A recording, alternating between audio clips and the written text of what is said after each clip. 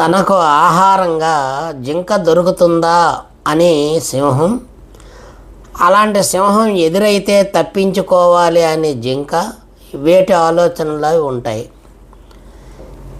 దొరికితే ఎదురెదురు పడితే ఆ రెండు, తినాలని ఒకటి, తప్పించుకోవాలని ఒకటి, పోరాటం తప్పదు. యుద్ధం అనేది అనివార్యం, అది అరణ్యమైన జనారణ్యమైన. మరి యుద్ధం అంటే సామ్రాజ్య స్థాపన కోసం శత్రువులతో చేసేదే యుద్ధం కాదు, మన మంచి మనుగడ కోసం చేసేది కూడా యుద్ధమే. తల్లి గర్భంలో నుంచి రావడమే పోరాటం చేస్తూ వస్తాం.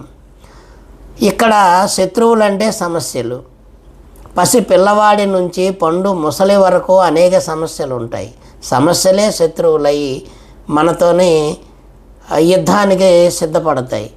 యుద్ధం చేయను అంటే మనం ఓడిపోతాం. కాబట్టి యుద్ధం చేయాల్సిందే. సమస్యకి కావలసిందే ఆలోచన. కష్టాన్ని దాటాలంటే కావలసింది గుండె ధైర్యం.